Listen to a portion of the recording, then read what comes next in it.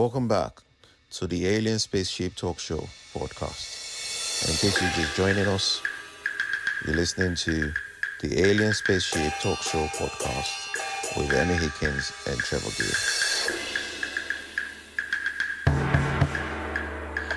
Gear. It was phenomenal. It's a great film to watch, but it's an example of human ingenuity. There's probably not many better examples of that.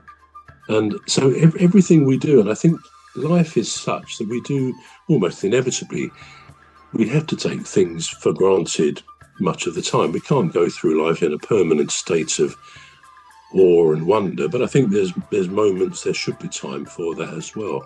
I mean, one thing I've always, almost coming back to sound recording, but I've always wondered how on earth did the first person capture something like sound waves? How did they know? Someone said to you, even in this day and age, or to me, I want you to, with things you can find around, not a recorder, but tell me how you can capture sound waves. We wouldn't have a clue, would we? Any more than we would have a clue how to capture pictures and stuff like that. But they could do this. And then somebody, Thomas Edison, who invented the light bulb, he actually invented a device which could both capture sound waves, make recordings, and play them back.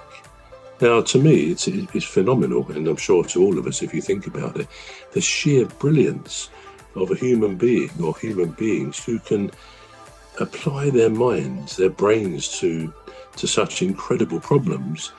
And, you know, these things are around us all the time. It's a song I've always liked. You don't often hear it, but it's one by a guy called Ray Stevens, Everything is Beautiful.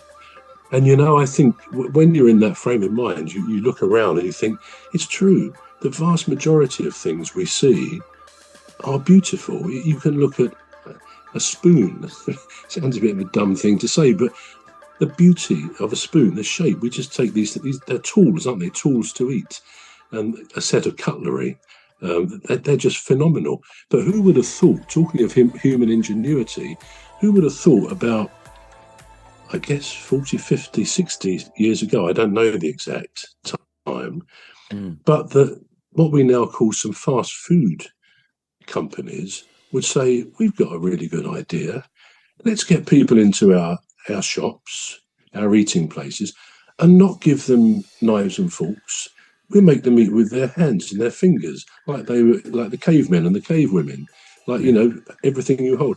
Now, who would have thought the general public would have cottoned onto that, to think, yeah, we'll go there, we'll eat with our fingers, with our hands. And someone said to us, do you ever eat without knives and forks? We said, no, of course we don't. But then you think someone had, whether it was Mr. McDonald, and actually it's a very interesting story about McDonald's, how that started as well.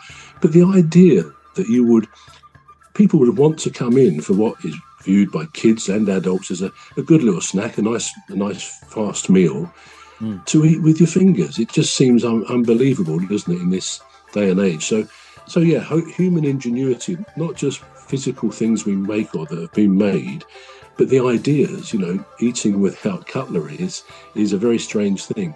But as I say, to look at things and see the beauty of stuff in everything we do, and everything we do, as you've said as well, is mostly derived from what other people have done. And most things we do, we can only do it because invisible networks of thousands, millions of people have gone before us and enable us to do that. You mentioned the internet, computers.